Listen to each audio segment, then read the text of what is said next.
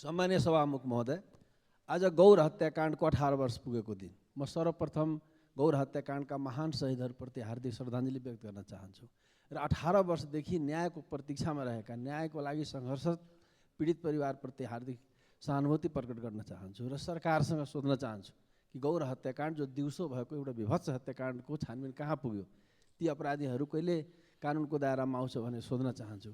सरकारले पटक पटक सम्झौता गर्ने, कार्यान्वयन केही पनि नगर्ने, यस मुद्दाको जाहेरी दर्ता छ तर छानबिन केही पनि छैन। यस बारेमा सम्मानीय सभामुख मार्फत सरकारको जवाब चाहन्छौँ।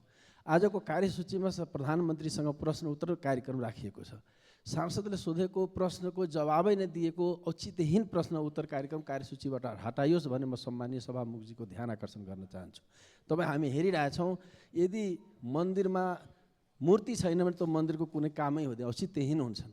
यदि देवता र देवीमा आत्मा छैन भने त मूर्तिको पनि काम हुँदैन।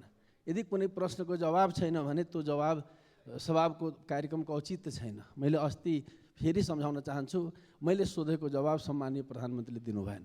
यसरी जवाब प्रभुसाको सवाल होइन, सवाल प्रश्न उत्तर कार्यक्रमको हो, सम्मानीय सभामुखको एउटा सम्मान र गरिमाको हो, सँगै संसदको सम्मानको होस्, नियमावलीको प्रावधानको हो, त्यसप्रति उत्तरदायी हुन सक्नु पर्थ्यो।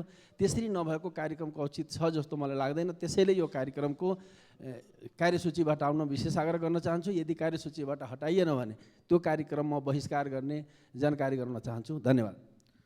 माननीय सदस्य अमरेश कुमार सिंह।